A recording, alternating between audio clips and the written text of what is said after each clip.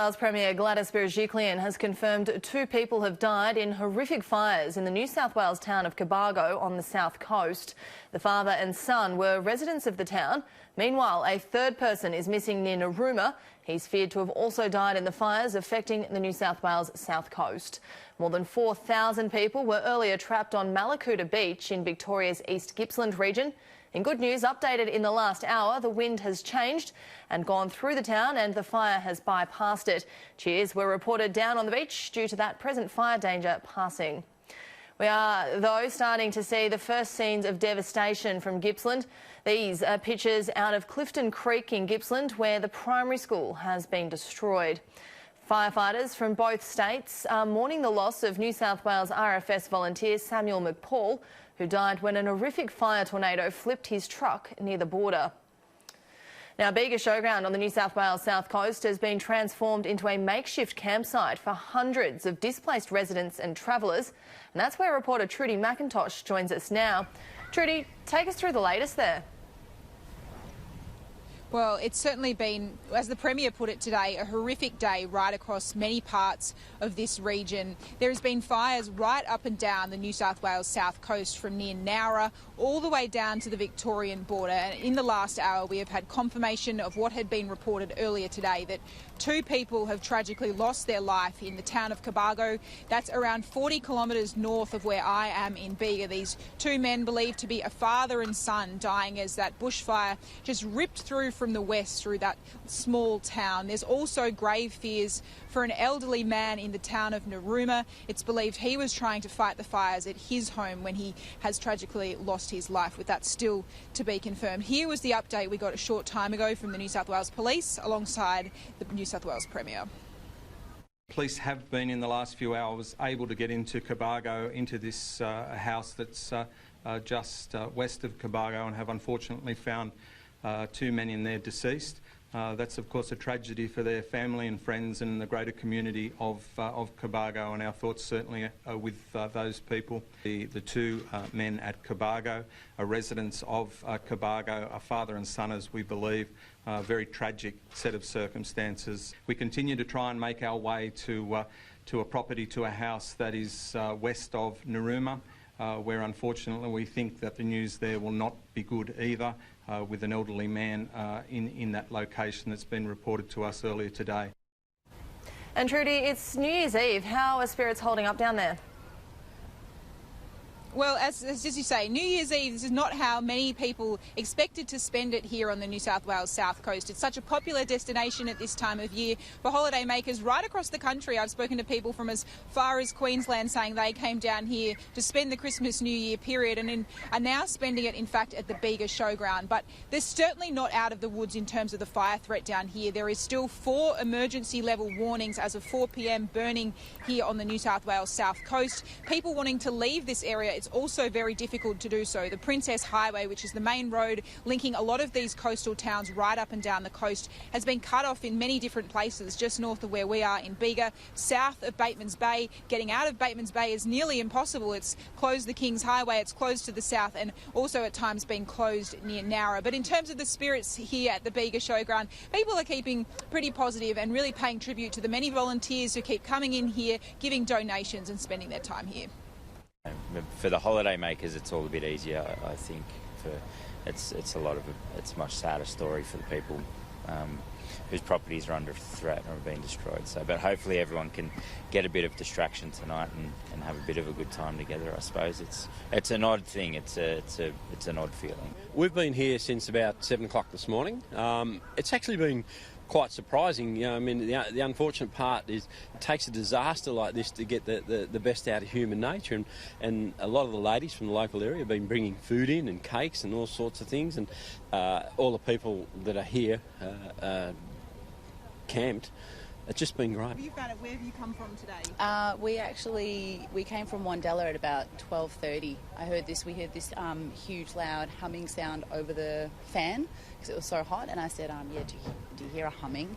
And my husband went out onto the patio and the hillside was just glowing orange, so we had luckily packed half the stuff already into the truck, so we got the dogs in and just hightailed it out of there. Woke our, we were at an Airbnb, so we woke the host, she was asleep, and we just said the fire's here and we started flooring it down the road. And what is that like? A lot of people would not have experienced that before. What's that feeling of fleeing from a fire like that? It's actually terrifying. I've never seen anything like it. Yeah. And then what about your New Year's Eve? I'm sure this is not how you plan to ring in 2020. We didn't have any set plan. We just thought we'd go adventuring, but this is so far from the adventures that we normally plan, yeah. There's still certainly a long night ahead for so many people who are spending the night here at the Bega Showground and right across the New South Wales south coast. There's been a couple of sprinkles of rain, but certainly not enough to help stop these fires as they're still out of control across the New South Wales south coast. Thank you so much for the update, Trudy. We will check in with you again throughout the program to see how things are progressing down there. Property losses are mounting across New South Wales, where these ferocious bushfire conditions are being whipped up by a southerly buster. Rochelle Murdoch is at the RFS headquarters. Rochelle, what areas are most affected? Christy, as we've heard, the state's south coast region is the most impacted. Crews are throwing an immense amount of resources into this area where 8 bushfires are burning at an emergency level. Crews across the state are attempting to slow the spread of more than 100 fires burning in dangerous conditions. About 60 are uncontained and out of control. Now, it's still too early for impact assessment crews to access many of these fire grounds to determine the full extent of the damage, but RFS Commissioner Shane Fitzsimmons says we should be prepared for devastation. We need to brace ourselves for a considerable number of properties, a considerable number of homes that are likely to have been damaged and or destroyed right across these 8 emergency warning fire areas, given the extraordinary nature of the fire behaviour and fire spread today. As we indicated earlier this morning, right from this morning, these fires have spread faster and further than the modelling and the fire weather predictions suggested they would. And Rochelle, the firefighting community is mourning the loss of one of their own. That's right, Christy. The 28-year-old Simon McPaul had been battling the Green Valley bushfire burning near the Victorian border. He'd been in a 10-tonne fire truck with 2 other members of the southern crew when fire conditions intensified, creating a fire tornado. Now, that tornado whipped up what's being described as cyclonic winds, lifting the truck into the air and flipping it. RFS Commissioner Shane Fitzsimmons says tragically Mr McPaul's life ended as it was really just beginning. He leaves behind, tragically, a beautiful wife, Megan, who is pregnant with their first child that's due on the 4th of May.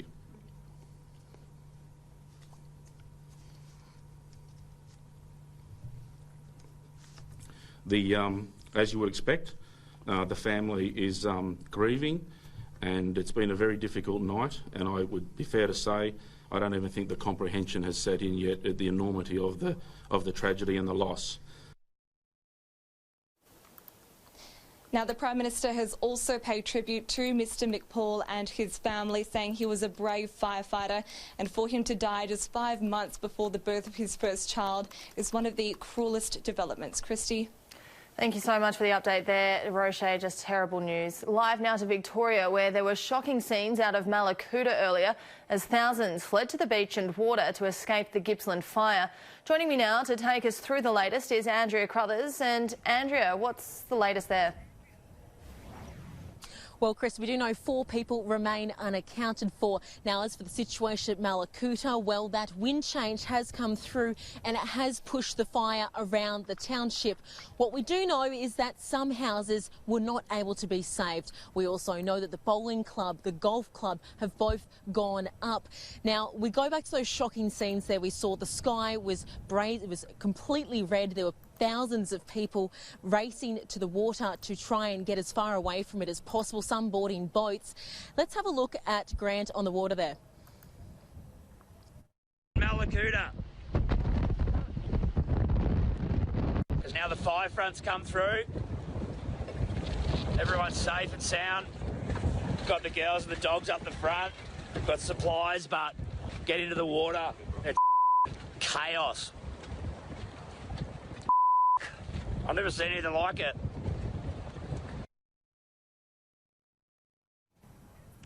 Now you can simply see how chaotic those scenes are there out on the water out from MALLACOOTA. Now we do also know that the power remains out there, as well as about 6,000 other homes across the state. Now one of the big issues that the power supplier is having at the moment is the fact that they can't get into the area. They did actually position a generator at MALLACOOTA next to the golf club beforehand to try and help anyone once this fire front had passed through. They do not know at this stage if that is still there. Now Grant Shortland, the fellow we just saw in that clip there, he then later spoke to us on Sky News. Here's what he had to say. We decided to stay on. A lot of the locals went over, because obviously coastal towns, everyone's got boats. Just put the sprinklers on and did what they did. My mates, who I couldn't have done it without them. They stayed with me. They went and got stuff from their places, and we thought around in Carlton, where I'm from, we had a bit more of a better chance, a bit better equipment. Yeah, we had the boats in the water ready to go, and we stuck to the game plan. We got through the night, and then I can't describe it. It was, you could hear the fire and you feel the heat. As authorities go in and assess the damage across the East Gippsland, we are getting a bit of a clearer picture of just how bad it is. Now, so far we have been told that 19 homes are confirmed lost in Sarsfield, 24 in Buchan, but it's expected that number is far higher. Now, there are a number of people still here at the Bairnsdale Relief Centre unable to get home because it is simply still too dangerous and very much an active fire situation. I've spoken to a number of people here who have been told tragically that their homes will not be there when they get back. Now, one couple in particular are from Clifton Creek. I spoke to them a short time ago and they said that their neighbour said it's not likely it'll be there anymore. Potential is we've lost everything, but until we get there we just don't know. The difficulty is we're on 77 acres and 40 of it's bush, and it hadn't been backburned in a decade, and nobody can can actually see our house. No one can actually see our house from a road or anything, so yeah, that makes it a lot more difficult as well. But exactly what we loved about it is probably going to have been our demise. How does it feel to be here and not know what is left at home?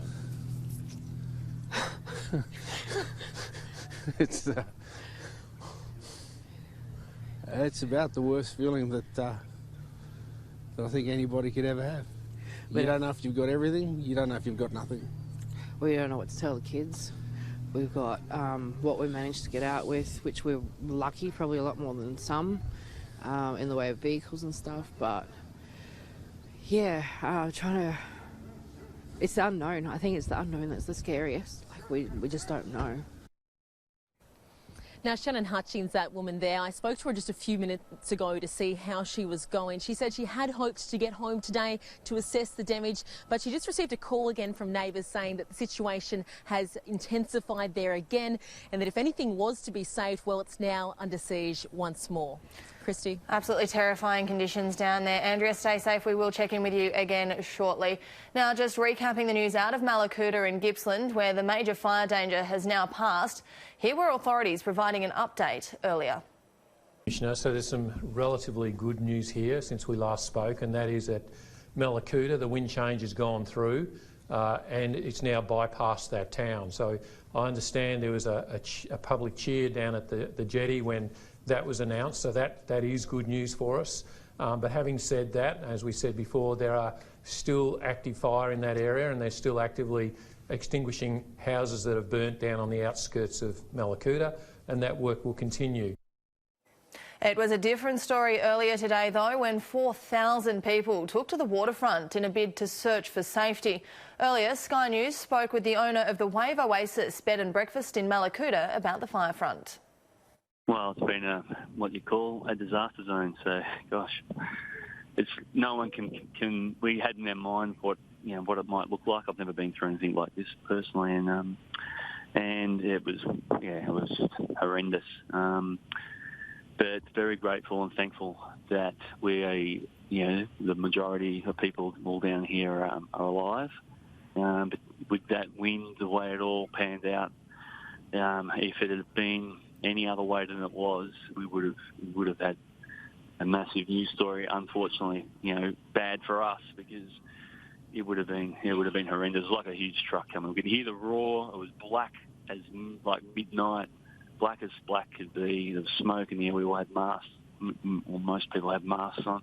We were ready to jump into the water because there's on the edge here. There's a rock wall which is a barrier for radiant heat. Well, it's not a barrier built for that. It's built for towing boats too and stopping the water coming in to wash away the land where the camp park is here. But it's a barrier for what we can use as a natural barrier to prevent radiated heat hitting our bodies. So we were ready to do that, and and it was, you could hear it roaring. I was really blessed to have a close friend who used to be a fire chief here ring me and let me know. He said, David, it's at the airport. It just hit the airport. So I knew that's like 5-7 minutes away. So I knew, she's coming. And then I knew also that when it hit town that we were going to hear sirens. So it's hard to explain what it's like. So, we've got Christian belief and faith in Jesus, and got to the Bible, and I have a lot of faith. But you still, when you stared at something like this, it's so, it's just so big. It's such a big, and it's so unpredictable. And so I just started praying, and like I told ABC before, it was literally when I heard those sirens, because like I said, I knew it was at the airport, and then when it hit the town, the sirens went. And I just said, Lord, because the wind was sort of like, it wasn't blowing crazy, thank God. It was sort of like swirling, and we felt the breeze of the fire come. Like we actually literally, when it hit town, you felt it. We knew that, I knew what, it was like a big gust, but then it only lasted, 5 seconds. And then I just said, oh, please, please, please turn the wind. Just turn it back on it, like putting the brakes. And literally, and people know I'm telling the truth. Somehow it came from that east, which was opposite, the opposite direction where that front was coming and as it hit town. So, look, it's devastating for people who've lost home, and it's absolutely, the worst day of their lives if they've lost loved ones. But we were looking at something we've dodged a bullet. It would have been horrendous. If that thing had rolled onto us with what happened 20 minutes later was with that really strong winds. We had gale force winds, we did, but it was 20 minutes after that it hit the edge of town. So it actually, we were all had a sigh of relief. Then the wind got up, and I was thinking, oh no, it was coming from that direction. It was going to push it onto the town. But what it did was it cleared the smoke. Initially, we all thought it was a fire front coming. The sky from pitch black turned red, and it looked like it was going to bear us and just bury us. The fire, but it turned out to be that strong wind was a blessing for us personally, maybe not for other communities at the moment, but for us, it cleared the smoke, let the sun through. That's what the redness was. And so actually, it actually allowed us to be able to get a bit more fresh air and breathe. And the other thing that's, I think, I don't know if anyone's talked about this, but this will smoulder for a long time, but that wind will make it burn quicker now, like with the smouldering part of it here. So it'll actually get it over and done with here. But the gusts have stopped anyway. I mean, we're very blessed. This could have been so much worse, and it is really bad. I haven't been playing it. I don't even know if we've lost our house. I think it's still there. It doesn't matter. Our animals are safe. And that's, for the children's sake and for their animals' sake. But, we've dodged, I personally believe, and the people here, there is a joy and a relief at the moment, even though there's thick smoke, even though you can only see 300 metres probably visibility, there's a relief because we were staring down the barrel of, it was like standing on the highway and thinking the truck's going to run you over and trying to have faith and deal with that. And, we're relieved. There's actually, and I'm concerned too in that. I'm concerned. I don't know who's lost homes. I don't know who's, potentially maybe perished. And you said, I heard before while I was waiting, 4 people cannibals. So we've got to grieve. If there's 4 people, we grieve with them. We don't, we're thankful that we're alive, but we're like Daniel Angel said, we've got to pull together as a community. We've got to pull together as not just a state, as a nation.